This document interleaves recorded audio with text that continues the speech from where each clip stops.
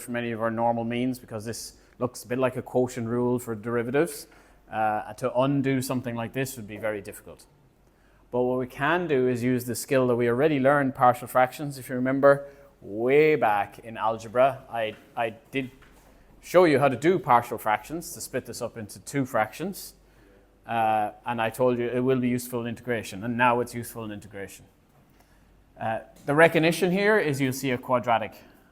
Sometimes a cubic, but usually a quadratic, because I can factorize a quadratic into two separate factors.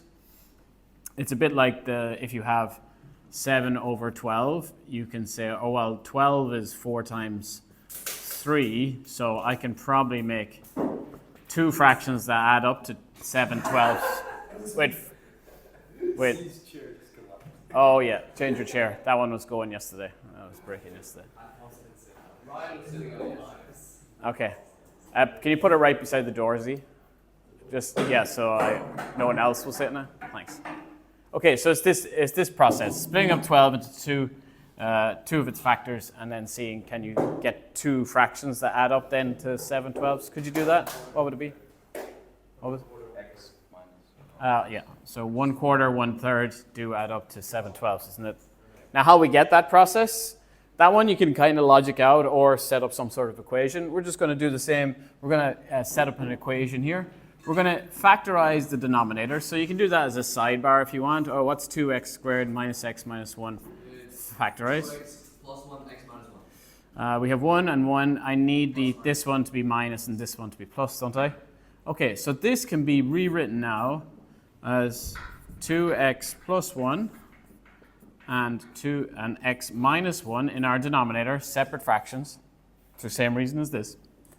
But the problem is we don't know what the numerator would be.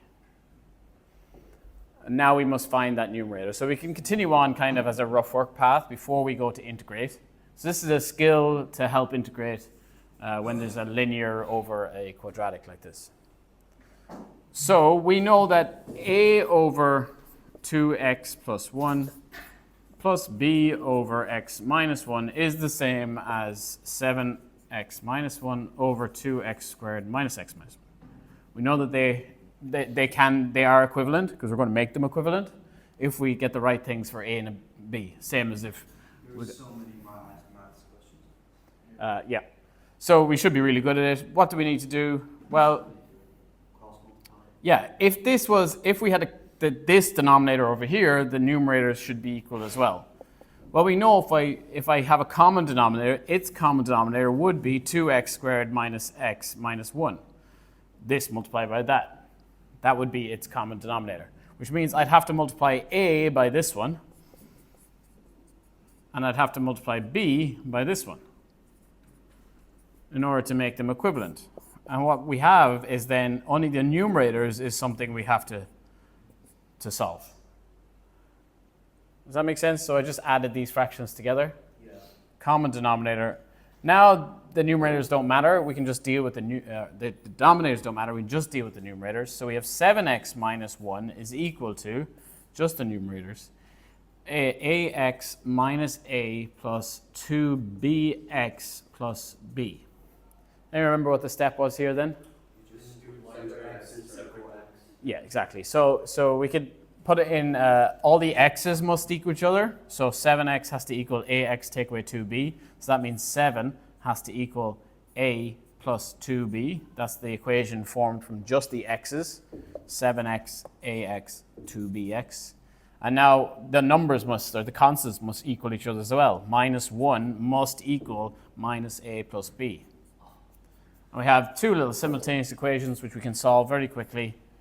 The a's will cancel out and we get b is equal to, I think b is equal to 2, yeah. So if b is 2, so put b in here is 2. What's a going to be? And we can use either one. If this b is 2, minus 3, a is positive 3. A is positive 3. Okay. And how did this help? Is this easier now to integrate? It is, because yesterday we did f of a, or two days ago, ax plus b. No, this is ax plus b, isn't it? Yeah. And what's... You can just do to the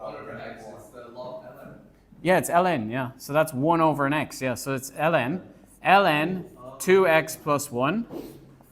The 3 is still here, but I need to do something else. What was the other thing I need to do? Divide by the a. Yeah.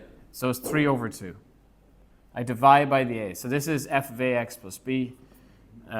So this is also 1 over a linear subbed into 1 over x. So 1 over x integrates to ln x, but if the linear is subbed in, I can just do the same thing for this, and the 2 will still sit in front here, and I divide by 1 if I want. Don't need to divide by 1. Would we get marked out if we didn't do absolute?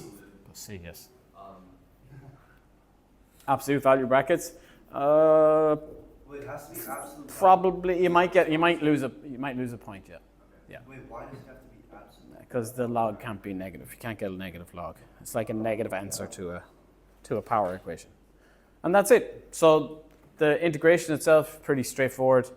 This is pretty straightforward because we've done it before as well. So let's you guys do a few. And make sure you can just, whichever ones you want to do. This. So try. There's 3 questions here. See can you integrate. Should we do the first 2, you don't really need to do the AB step. You do, because there's an x squared at the bottom there. Remember, you